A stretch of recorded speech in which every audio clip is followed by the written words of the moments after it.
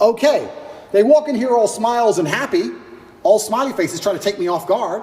I already had my list of questions, right? It's all gonna be nice and easy. I sit down and they instantly attack me. They put the cameras on first and they attack me, expecting me to stutter and make a fool of myself.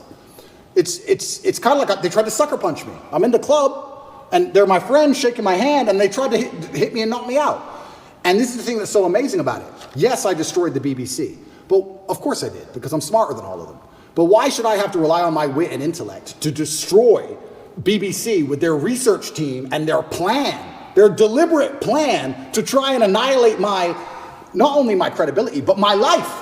They are trying to put me back in jail, these people. They're not dishonest. They're genuinely evil, and they don't give a shit.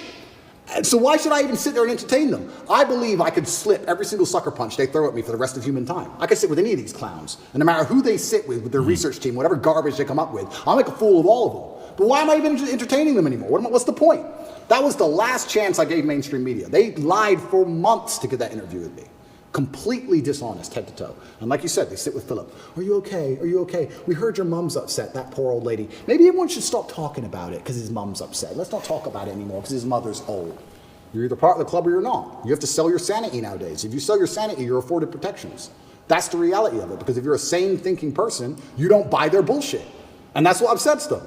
They don't want anybody who thinks for themselves. They need you to they want you to believe exactly what's on the television screen. Believe in COVID. It's COVID now. It's COVID now. Oh, Putin's invaded Ukraine. Putin's cured COVID now. Now it's Ukraine. It's insane. Till the next thing comes. It's absolutely asinine. Did any of the questions that they sent you ahead of time? Zero. By the way, there was no that's not how we operate. Asked us ahead of time whatsoever. Did they ask you any of the questions they said they were going to ask you? Zero. They start with an attack and it became a battle instantly. Did they ask you at any point what jail was like? Zero. What your mental health was like? Zero. You completely missed the mark when everyone wants to know what was jail like. Well, but they don't even ask you that question. But this is what's so interesting about it. These people are so detached from reality, because they are genuinely detached from reality. They think that finding a video I made 8 years ago, a 4-hour speech I made 8 years ago, and finding one line of it without context that can be misconstrued, they think that sitting down with me and saying that to me is an aha moment.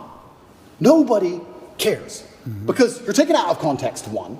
And I said you're taking things out of context. She goes, I'm not taking it out of context. I said, if you're presenting it without context, that's taking it out of context. That's what it is. You're lying by omission. I said that to her after the camera's off, and she looked at me because she didn't understand. When you omit details, when you refuse to put in all of the details, you can lie by including one detail which may happen to be true. You can tell the truth and miss all the details around the truth, and you are lying by omission. You're lying by omission.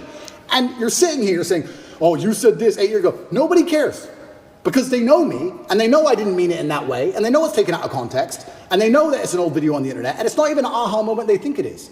But they just want to sit with you for an hour, attack you and attack you and attack you, wait for you to make one mistake. If I would have stuttered or made a single mistake, that's the only 3 minutes they would have shown. That's all they want. They want that 1 hour, then they take the little bit.